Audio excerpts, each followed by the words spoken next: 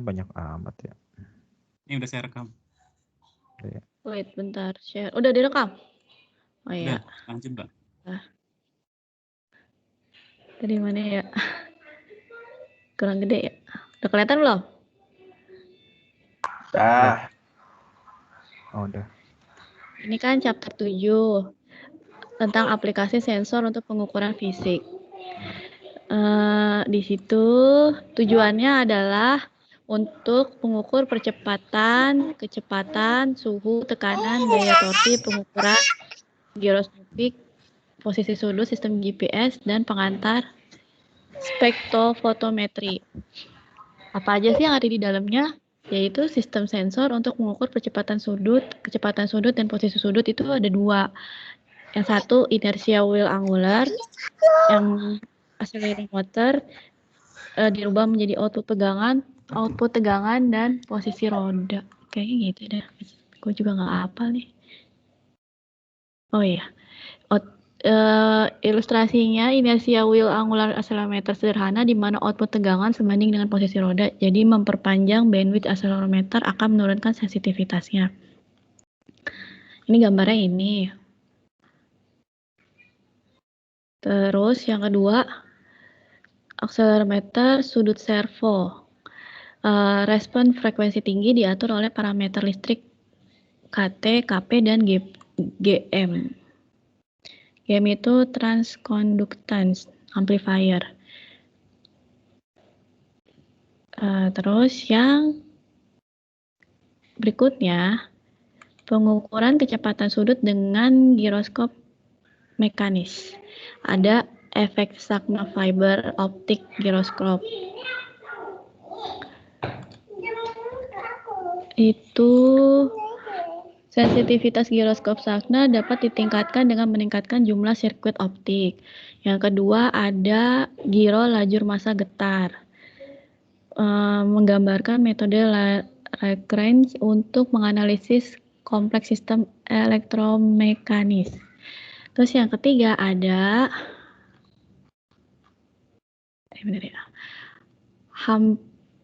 Hambre Air Jet Gyro. Pengoperasiannya memanfaatkan fakta bahwa sekali massa berada dalam gerak linear itu akan terus bergerak dalam garis lurus dengan kecepatan konstan, kecuali jika ada kekuatan eksternal. Ini gambarnya nih, tampilannya. Ini girojet udara. Nih, contohnya. Terus, masih banyak ya? Banyak. Oh iya, terus ada giro kecepatan disk berosilasi. Ini gambarnya di sini. Ini keterangannya. Terus ini keterangannya. Biasanya dipakai untuk stabilisasi kendaraan, mobil, truk, pesawat, kapal, dan peralatan kendali misil. Kemudian ada pengukuran kecepatan sudut dengan takometer, yaitu mengubah kecepatan sudut menjadi poros tegangan. Terus waktu respon takometer generator DC diatur oleh frekuensi alami mekanis dari voltmeter analog. Kemudian ada pengukuran posisi sudut dengan giroskop. Menempatkan giroskop pada platform secara efektif untuk rentang dinamis, respon giro dan frekuensi alaminya. Kemudian ada pengukuran posisi sudut dengan klinometer. Klinometer itu membutuhkan gravitasi untuk bekerja. Terus kemudian ada pengukuran posisi sudut poros. Induktoksin digunakan untuk memberikan keluaran tegangan DC sebanding dengan posisi sudut antara kumparan. Udah, gitu aja. Sederhana banget ya. Aku yang rumus-rumusnya nggak dimasukin. Dah, silakan. Berikutnya Om Deka. Oh, saya. Oke, Mbak. Sebelumnya ada ini nggak? Ada masukan dari teman-teman yang lain? Oh iya, masukan ada nggak?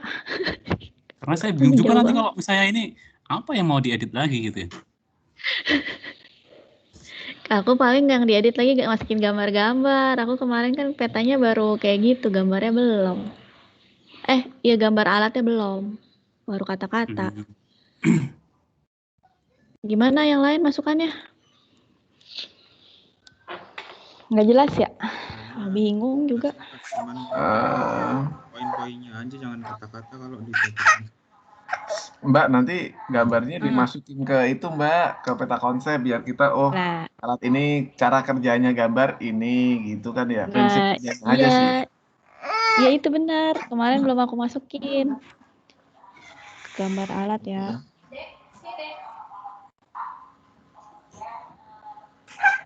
Kalau dari segi materinya sendiri gimana Om? Segi materinya apa ya? Aplikasinya ada nggak Mbak? Misalnya di BMKG sendiri aplikasinya kayak gitu. Kagak tahu, aku aja nggak ngerti.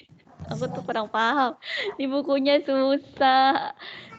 Oh, aplikasinya di BMKG kayak gitu. Oh, yang untuk akselerometer. Aku baru lihat itu.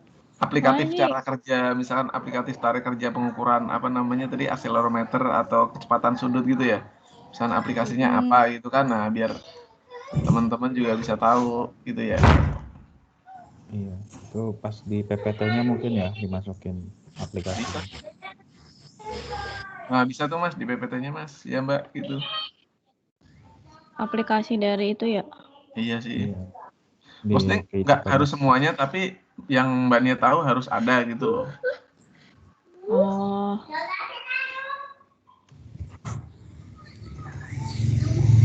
Tapi kalau aplikasinya nggak di BMKG gimana?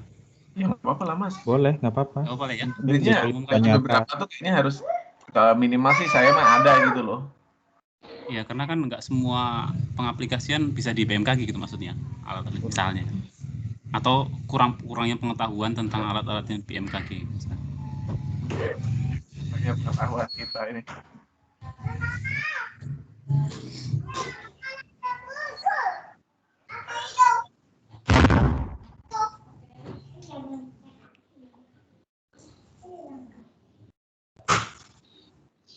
Itu yang klik chart gratis ya Mas kayak? Gratis Mas, gratis dan ringan, nggak perlu crack segala.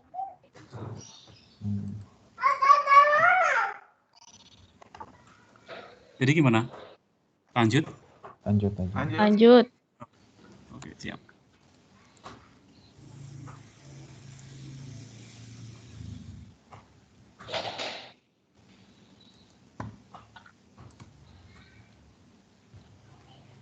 Udah kelihatan belum ya? Udah Mas.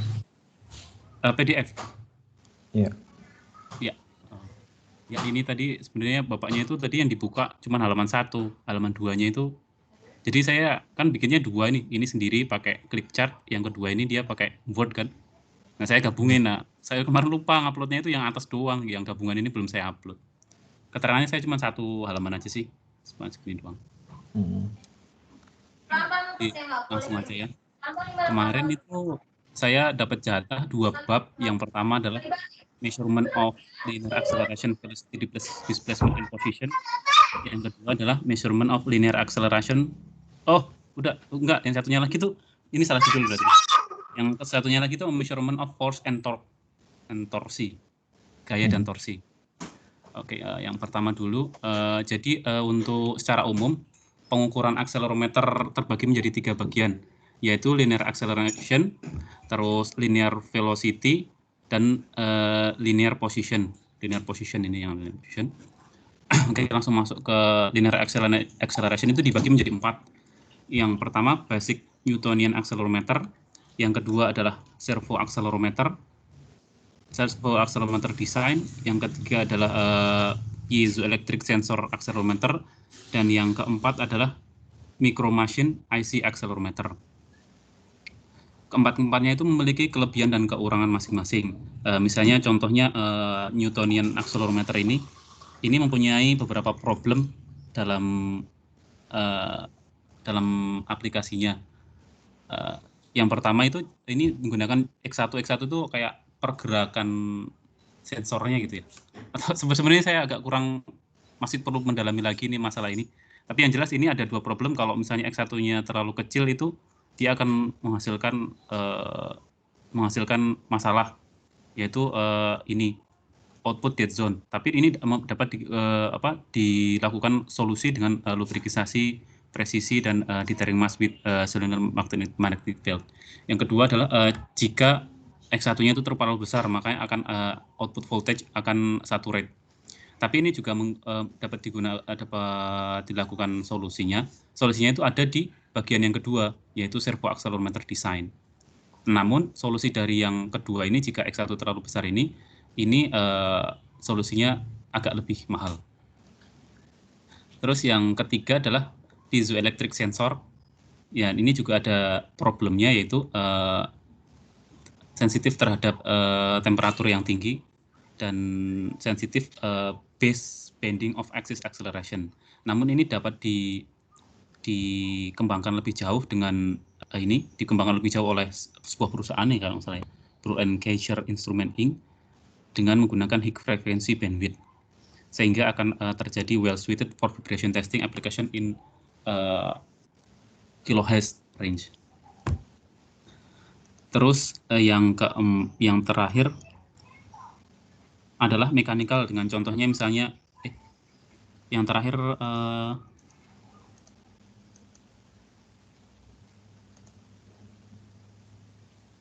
adalah micro-machine IC acceleration, yang contohnya adalah ADXL 50 accelerometer chip.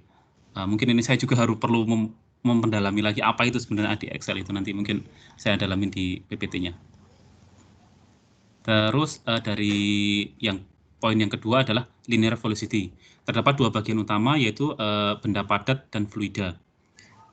Di sini dikenalkan beberapa efek, contohnya efek Doppler sebagai dasar untuk pembangunan banyak instrumen.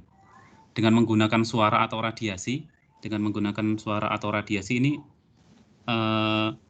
radiasi elektromagnetik untuk mengukur kecepatan linear vehicle atau partikel yang tersuspensi dalam fluida yang bergerak. Tapi ini ada beberapa problemsnya juga, yaitu adalah necessity of kno theta, the angle between the velocity vector dan the line connecting transmitter and receiving transducer with the moving object. Tapi ini dapat diselesaikan dengan dua ini, yaitu cross beam technique dan ultrasound velocimetry. Yang kedua, yang dalam fluid itu juga diperkenalkan adanya Faraday effect, hot wire and hot film anemometer, serta fluid flow yang terdiri dari laminar flow dan turbulent flow. Terus yang ketiga adalah linear position. Yang terakhir dari bab pertama ini adalah linear position yang terdiri dari mechanical, rotational, dan means reflector, laser light, ultrasonic wave, and microwaves. Untuk mechanical sendiri, contohnya adalah GPS, terus optical interferometry measure delta X, dan phase lock. Nah, di GPS sendiri ada beberapa basic komponen, yaitu dalam GPS membutuhkan satelit, sinyal, ground control, dan GPS receiver. Dan dalam satelit ini dibahas juga tentang 3 hukum Kepler yang terkait dengan orbit satelit. Terus if two bodies revolve around each other in the influence of mutual gravitational, ya, jadi terkait dengan gravitasinya. Dan yang terakhir adalah terkait orbit semi mayornya. Terus selanjutnya adalah interferometri optik, juga diperkenalkan dan dianalisis sebagai alat untuk mengukur perpindahan kecil loop tertutup. Phase lock velocity juga dalam end-range sensing with ultrasound and EM radiation dikembangkan sebagai alat untuk mengukur gerakan kendaraan secara kontinu yang menggunakan Lavera system. Yang untuk optical interferometry ini menggunakan split and coherent beam into optical path yang juga menggunakan single coherent light atau laser. Yang dimana yang optik interferometry ini nanti berhubungan juga dengan bab selanjutnya. Nah, yang dari linear position yang kedua adalah rotational position, yang ini menggunakan potentiometer yang dapat digunakan sebagai voltage divider atau pembagi tekanan, atau one arm of Whitestone bridge. Yang ini bisa digunakan sebagai contoh pengaplikasiannya itu menggunakan untuk mengukur level dari sebuah cairan dalam tangki atau sumur. Terus selanjutnya bagian terakhir adalah linear position. Dalam linear position adalah means reflected, laser light, ultrasound, dan microwaves yang dalam aplikasinya dijelaskan misalnya pada sistem kamera polaroid, laser ranging yang berdasar pada pulse ecosystem. Keduanya ini berdasar pada pulse ecosystem yang dapat dibagi menjadi dua, yaitu pulse ecosystem dari suara dan cahaya, di mana mempunyai masalahnya hampir sama, namun untuk lebih menggunakan cahaya itu lebih rendah karena dia sama-sama terpengaruh oleh temperatur, pressure, density, dan salinity. Namun untuk penggunaan suara itu lebih masalahnya itu masalahnya itu lebih rendah affected-nya. Terus yang ketiga adalah menggunakan interferometric techniques, yang ini yang berhubungan dengan yang tadi, yang di optical interferometry ini yang di bab sebelumnya. Dia menggunakan coherent light yang dalam aplikasinya itu ada beberapa cabang. Contohnya itu measurement of tympanal membrane displacement, fiber optic, piezo interferometer. Yang ini pengaplikasiannya salah satu contohnya itu menggunakan penggunaan ini alat bantu pendengaran. Nah ya, contohnya dalam alat bantu pendengaran dan dalam alat bantu ini dalam kedokteran gigi. Terus selanjutnya aplikasi yang selanjutnya adalah skin vibration, yang ini bisa digunakan untuk instrumentasi medis, contohnya dalam membantu orang-orang yang terkena sindrom Parkinson.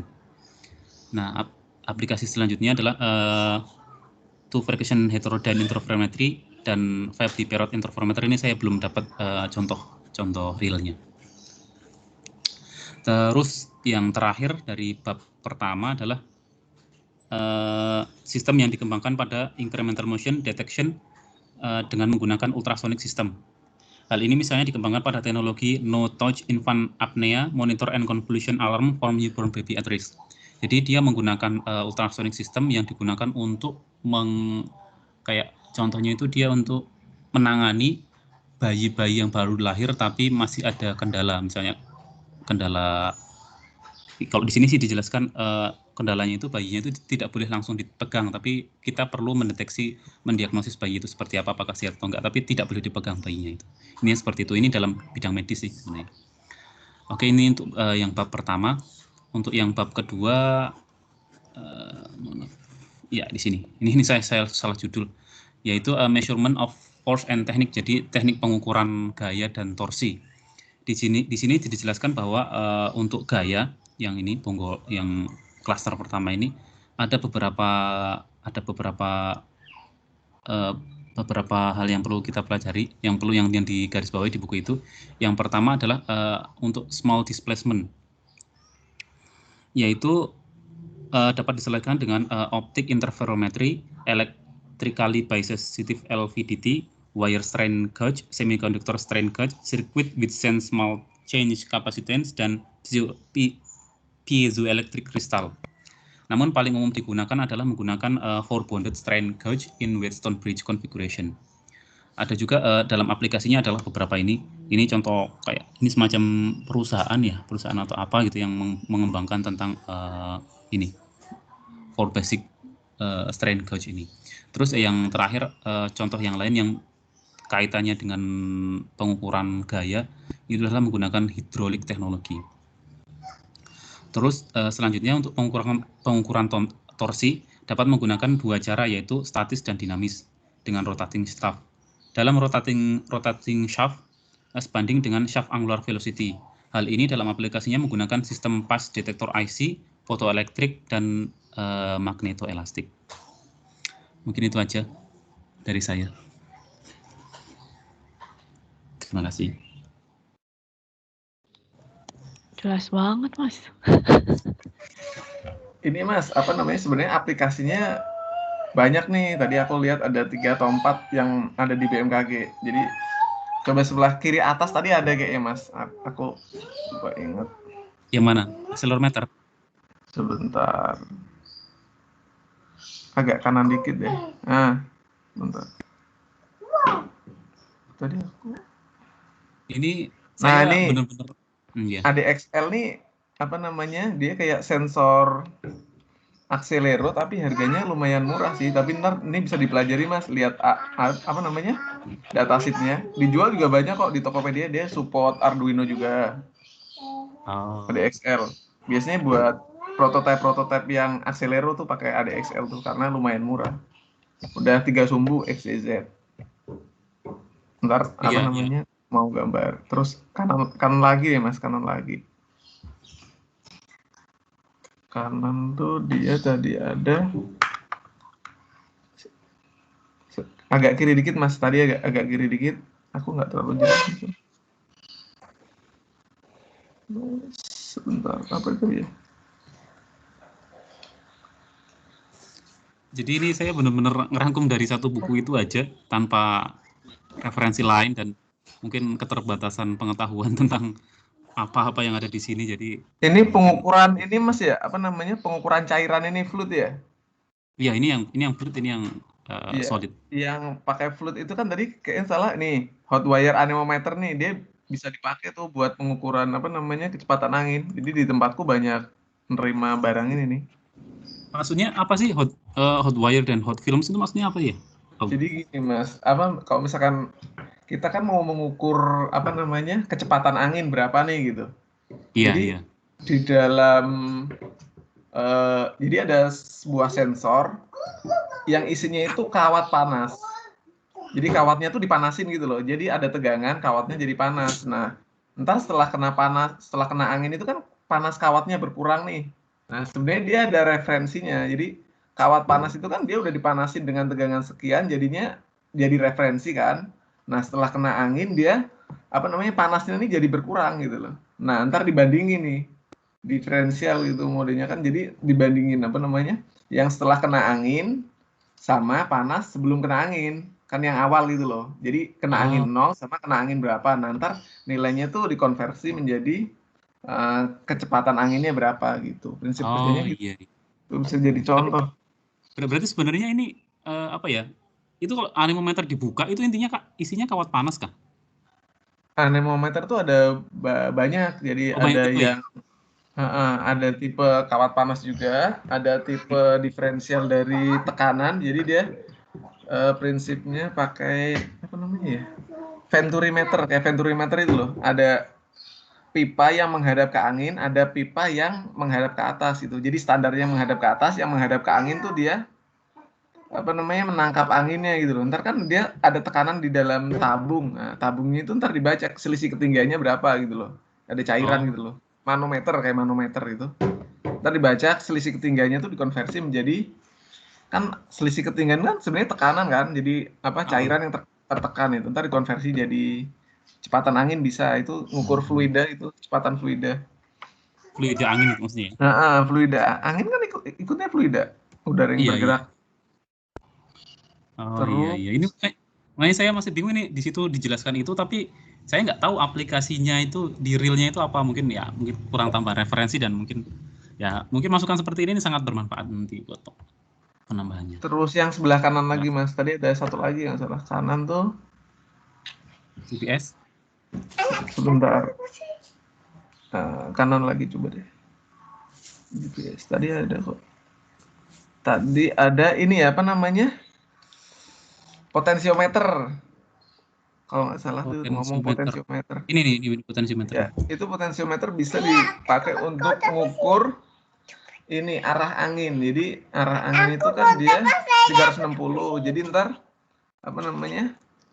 Di ringnya itu ntar dia dikasih kayak potensio modelnya Mas. Potensio kan dia variabel resistor gitu ya. Jadi ntar kalau misalkan dia diputer itu kan dia menunjukkan apa namanya hambatannya sekian gitu. Ntar bisa dikonversi jadi arah angin. Misalkan hambatannya 10 ohm dia jadi arah berapa, hambatannya 20 ohm jadi arah berapa gitu sih. Jadi kayaknya ini tuh kayak apa namanya? Dia nggak sensor langsung tapi di belakangnya sensor untuk apa namanya mengubah kebesaran listriknya gitu. Transducernya lah istilahnya banyak dipakai. Iya.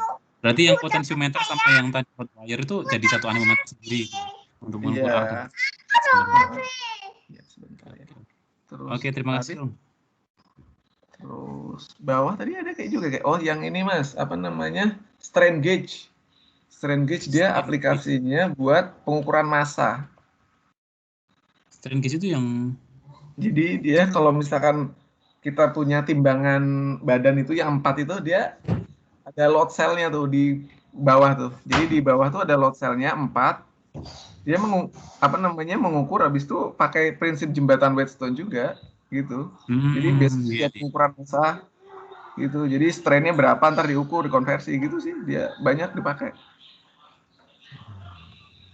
Jadi aplikasinya itu aja sih Mas. Berarti ini Komputernya. base of load cell ini mungkin yang biasanya banyak pakai buat timbangan-timbangan itu kali ya? Semuanya load cell itu.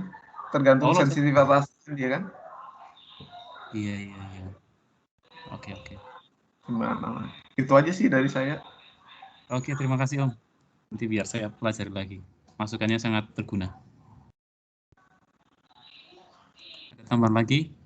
Mbak Nia, Mas Ferry? Udah bagus sih Mas. Udah Yang pada bagus. intinya saya cuma ngikutin dari Tapi buku kok aja. tadi yang anemometer tadi aku juga ada ya di penjelasan sebelumnya yang pakai kawat panas itu. Berarti ini saling berkaitan sih ya sebenarnya ya? Karena Masih sebabnya satu bab sih ya? kemungkinan besar sama. Karena di tempat saya juga ada yang ngerujuk ke nge-refer ke atas gitu loh. Nge-refernya beberapa rumusnya ke atas gitu. Gambarnya juga nge-refer ke atas ada gitu. Iya. Karena ini masih bab 7 juga kan, Pak. Jadi cuma satu. Kemungkinan besar masih mirip-mirip. Iya.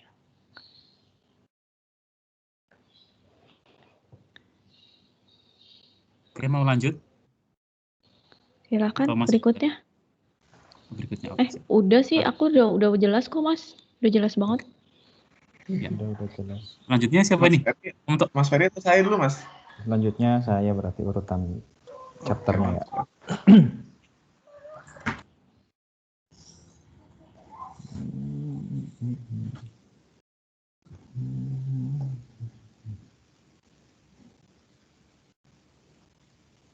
Ya, kelihatan ya.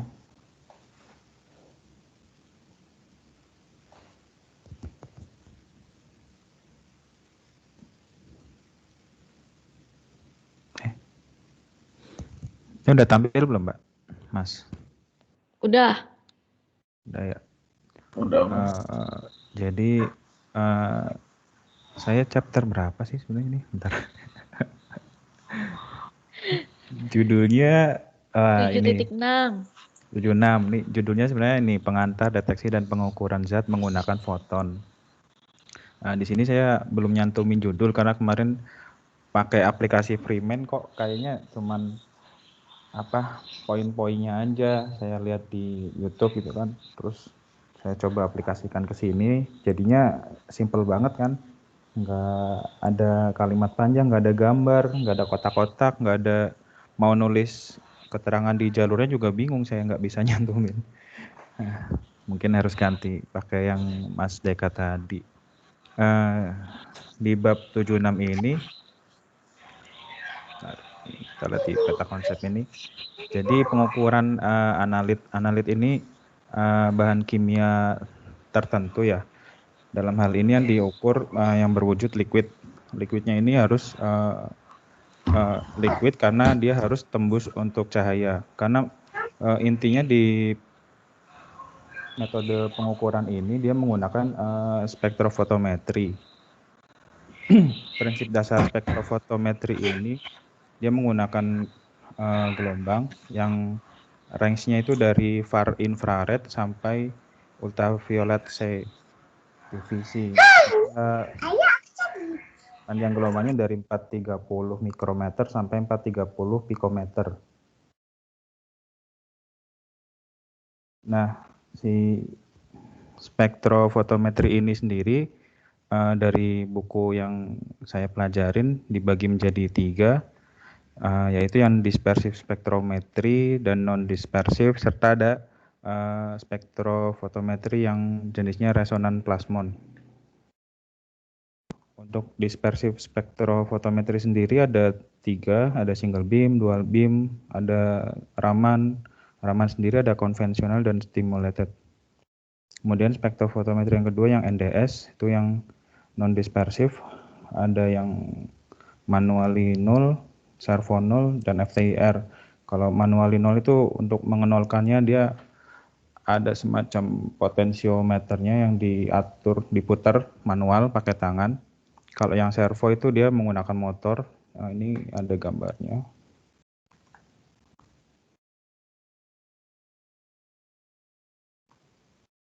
Nah ini.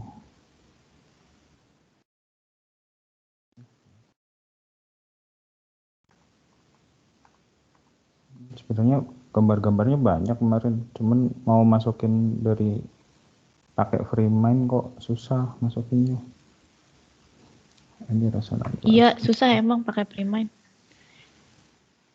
Iya, makanya ntar saya uninstall langsung dah habis ini.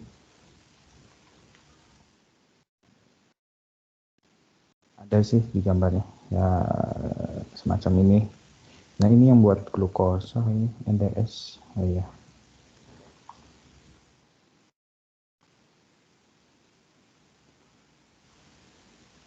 Balik ke ini aja deh. Jadi intinya spektrofotometri yang DS dan NDS ini bedanya, kalau yang DS ini dia pakai prisma, kalau yang NDS ini dia nggak pakai prisma. Karena harga si prisma ini mahal, jadi yang spektro NDS itu biasanya harganya lebih murah daripada yang DS. Nah ini yang NDS, ya bukan ini Raman konvensional. Mana sih kok loncat-loncat?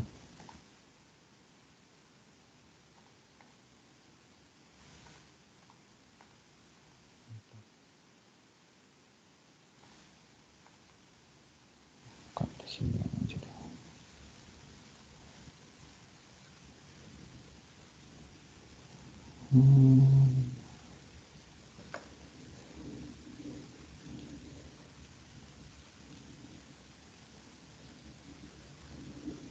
Sama sih.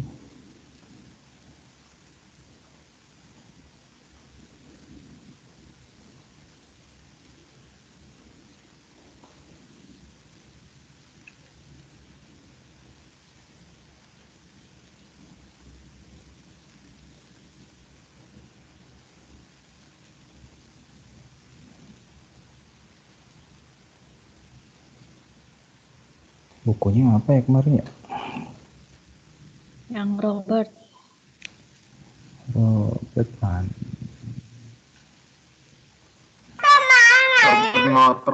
Northrop mas.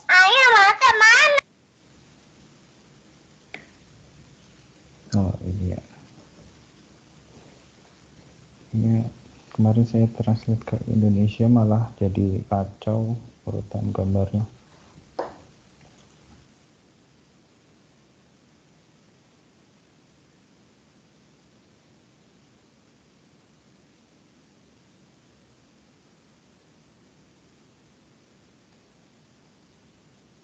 Ya.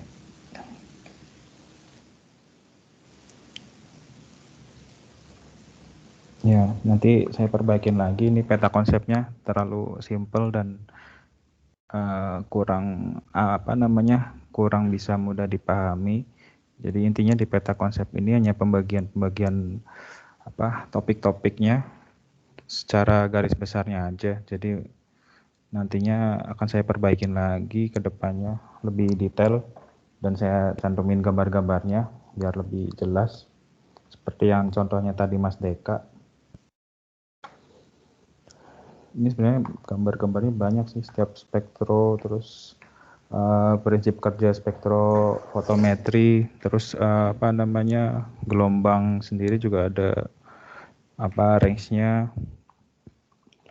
Kemudian aplikasinya sendiri di sini nggak ada sih kalau di buku ini. Dia cuma jelasin perhitungannya, rumus-rumus, terus prinsip kerjanya spektrofotometri itu. Nah, kalau aplikasinya di tempat saya spektrofotometri ada spektrofotometri UV vis, itu termasuknya ke DS karena dia pakai prisma ya. Di spektrofotometri ada yang single beam, ada yang dual beam juga. Kalau yang Raman saya belum pernah ngelihat spektrofotometri Raman, mungkin di BMKG atau Di mana mungkin ada yang pernah lihat.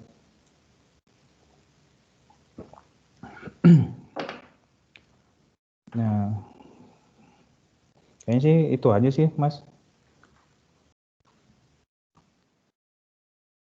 Intinya spektrofotometri aja di bab yang saya bahas. Siap, Mas. Iya. Mungkin masukannya boleh kalau ada sharing pengalaman di BMKG spektrofotometri yang canggih-canggihnya.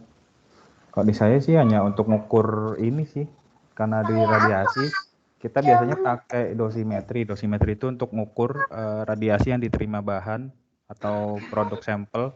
Nah, itu nanti dibaca bentuknya seperti film glass. Itu dimasukin ke spektro, nanti diukur nilai absorbannya berapa, nanti dikonversi ke tabel, ada tabel pengukurannya. Jadi dosisnya ketahuan dari situ. Dosis radiasinya. Siap, Mas Ferry.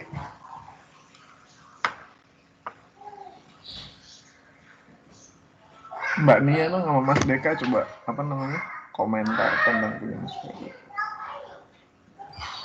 Oh, ini kan Mas Ferry baru judul-judulnya aja ya, kayak misalnya spektrometri itu terbagi menjadi 3, terus ADS itu baru dibagi menjadi 3, tapi kan belum. Ntar sih lebih diterangin aja ya di kotaknya penjelasannya. Gara-gara aplikasinya. Punya apa? Masukin bingung. Kalau aku terlalu colorful banget. Kalau itu aja sih kurangnya. Ntar kita benerin lagi. Oke. Ini udah selesai download sih yang NDS. Ini gimana?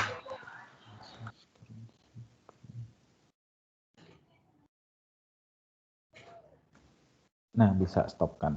Ya. Ya, Om Deka, masukannya Mas, biar bagus seperti punya Mas Deka itu. Kalau mau Mas, kasih masukan tuh Mas, bagus. Pakai aplikasi yang sama aja Mas. Masukannya aplikasi Mas. Iya, ini pada nggak ngomong sih Mas Toat yang ngasih Freeman, aja ngikutin. Saya waktu Zoom kemarin saya ini udah nanya Om Deka bikin pakai apa gitu. Soalnya saya nyoba Freeman tuh susah. Bukan maksudnya susah tuh yang bikinnya cabang tuh gampang, tapi ngasih keterangannya saya nggak bisa. Jadi saya alternatif Mas. Terlalu monoton aku ya. Aku juga alternatif itu. Pertama kan aku bilang ke Toat, kok susah banget ya pakai Freeman. Terus pakai apa Mbak? Jadinya terus ya udah deh aku cari-cari. Terus si Fajar bilang Canva aja kayaknya Mbak, lebih gampang. Ternyata Canva colorful banget. Buat desain itu dia ada template-nya emang. Iya. Buat desain Instagram, WA, status, poster. Ada template dia. Kalau saya memang pernah dulu pas SMKG atau apa, pokoknya kalau saya bikin chart pasti pakai ini. Tapi saya lupa waktu itu namanya apa kan. Baru terakhir pas searching itu baru ketemu lagi. Udah pakai itu.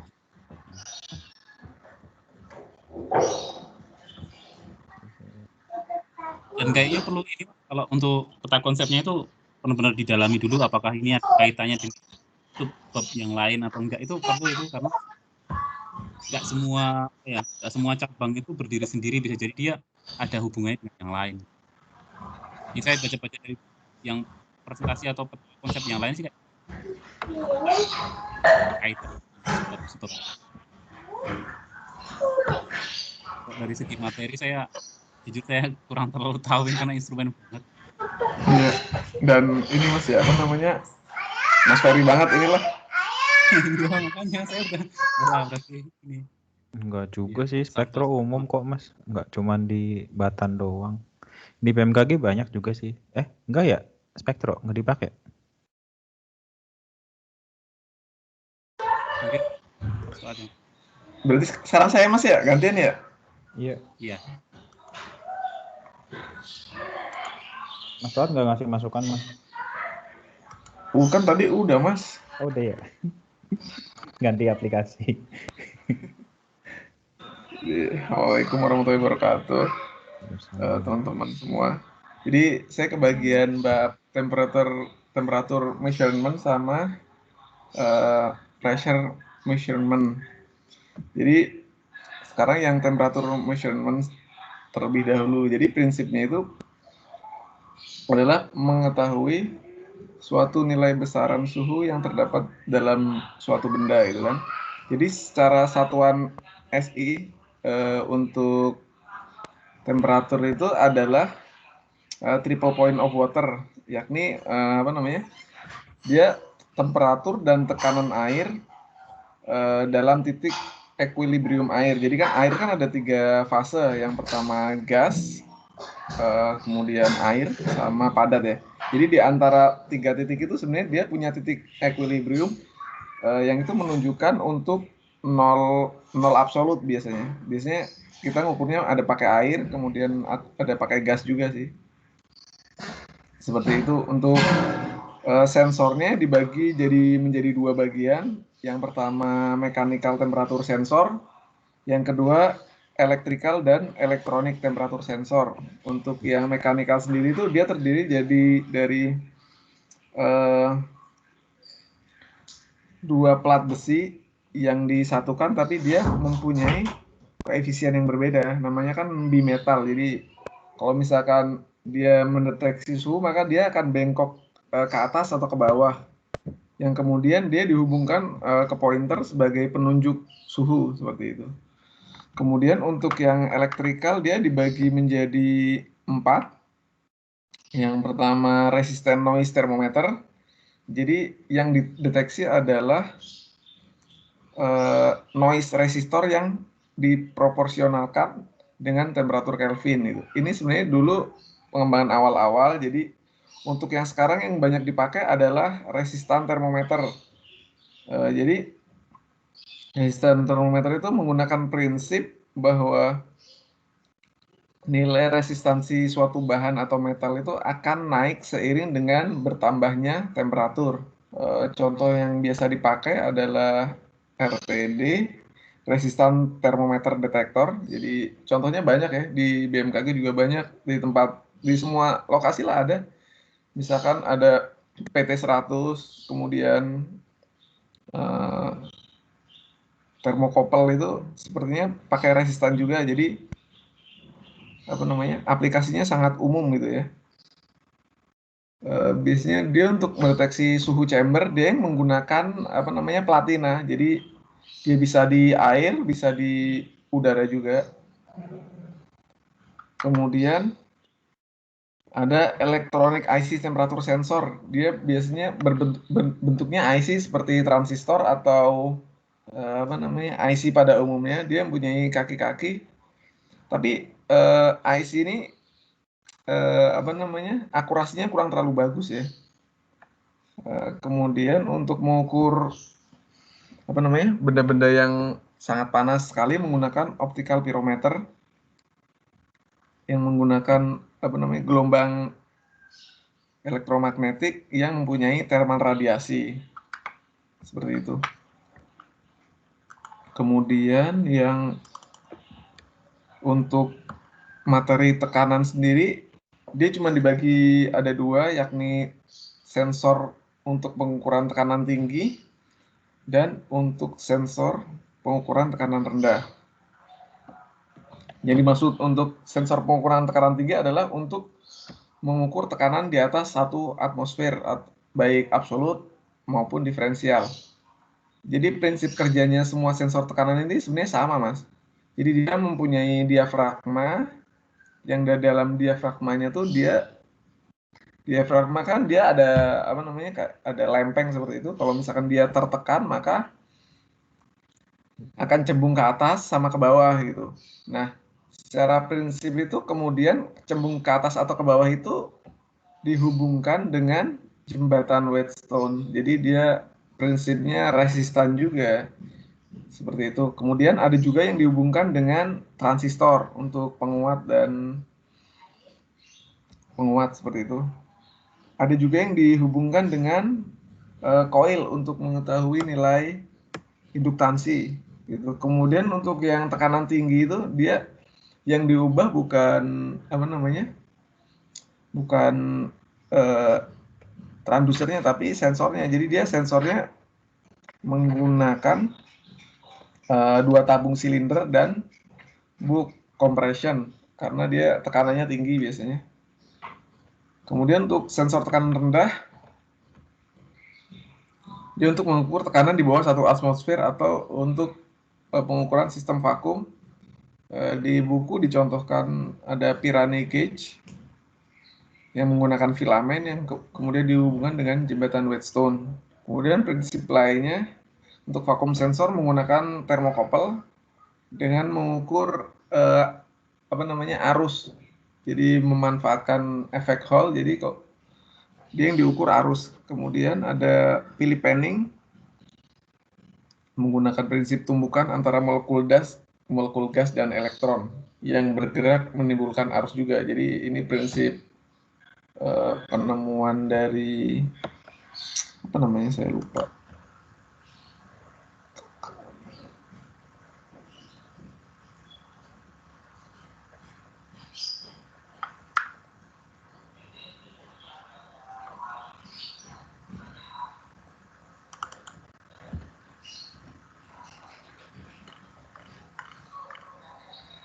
Penemuan dari magnetometer, Mas.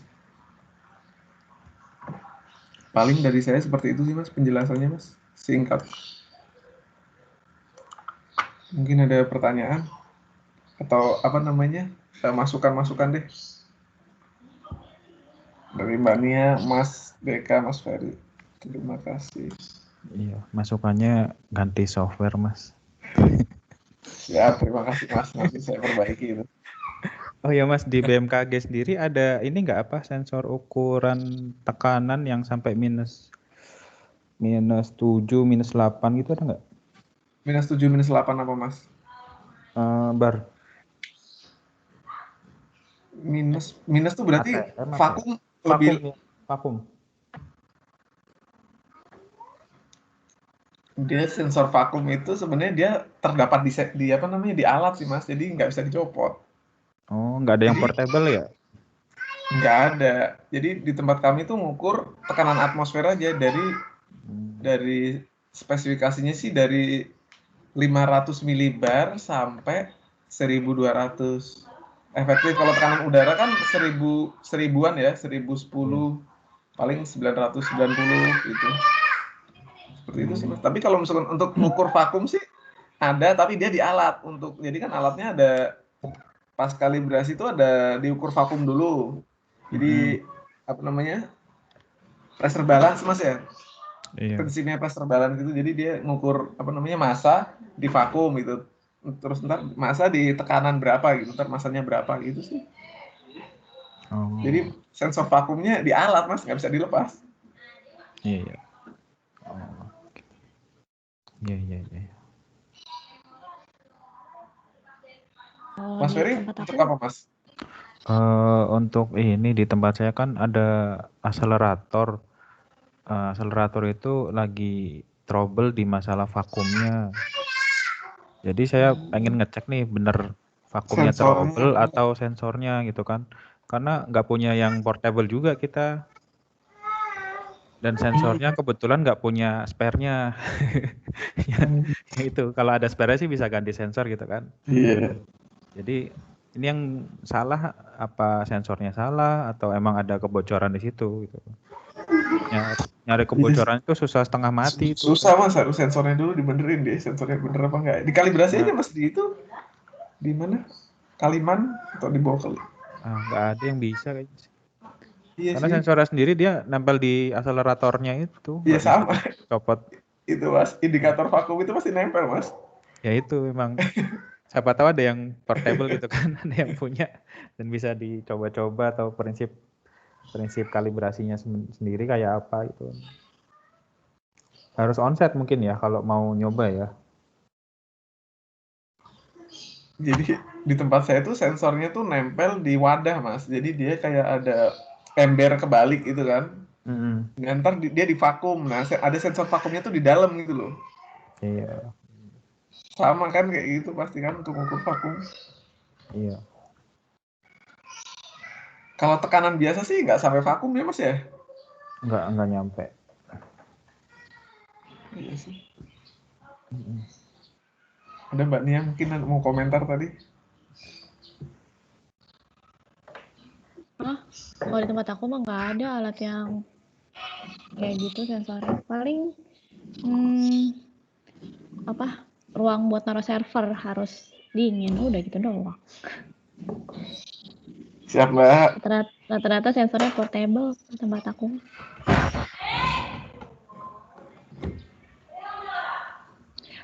Aku mau nanya dong, yang di emas ini kan ini kok si Fajar udah FG1 tahap 2. Gimana nambahin FG2 tahap 2? Kita nggak ada ya tulisan FG2 tahap 2 nih di emas. Nggak di diskusi selanjutnya, Mbak? Hah? Nggak di sub-diskusi selanjutnya itu, yang minggu kedua. Iya, ini minggu kedua. Ada, berarti nambahin sendiri apa gimana sih? Ini soalnya forum diskusi FG Ya, tahap add new 2 diskusi cuma topik itu, Mbak. Mas. Coba Mas Deka, apa siapa yang bisa? Tadi aku nyoba-nyoba mau masukin, kok nggak bisa sih? Harus masukin apa nih? File. Mas, apa notulen ini dimasukin ke itu juga ya? Apa namanya? Ada dikumpulkan nggak ya? Ada. Yang kemarin orang yang hasil kedua. diskusi. Hasil diskusi hari ini maksudnya? Ada. Ya. Jadi nanti saya bikin notulennya, nanti saya upload lagi. Kebetulan masih notulennya masih sama kan yang kemarin kan? Ya sama, cuman penambahan aja paling sih Mas. Apa namanya? Saran-saran dari teman-teman masalah ini gitu aja. Normatif aja. Nanti saya kebetulan kan ini direkord juga, nanti kalau saya kurang-kurang nanti saya buka recordingnya lagi. Oke, siap Mas Deka. Mas Deka ada tambahan nggak buat tempat saya tadi presentasinya? Isunya kok presentasinya? Apa namanya? Tadi bahas tekanan sama suhu ya, berarti itu sebenarnya aplikatif banget ya di BMKG ya? Banyak yang bisa dilihat dari situ aplikatif kan? Mas. Sensor saya nanti tak kasih contohnya nanti. Atau ada beberapa hal yang dibahas di materi itu tapi nggak ada di BMKG? Untuk yang tekanan tinggi nggak ada Mas dia. Di BMKG cuma tekanan udara. Istilahnya tekanan rendah aja sih. Kalau yang suhu sama ya? Atau suhu rendah juga nggak ada di BMKG gitu ya? Suhu di BMKG paling suhu udara sih Mas. Paling ya kalibrasi dari 0 sampai berapa? 60 lah, 50 udah tinggi. Kalau terlalu tinggi nggak bisa kan juga. Oke, cukup. Terima kasih.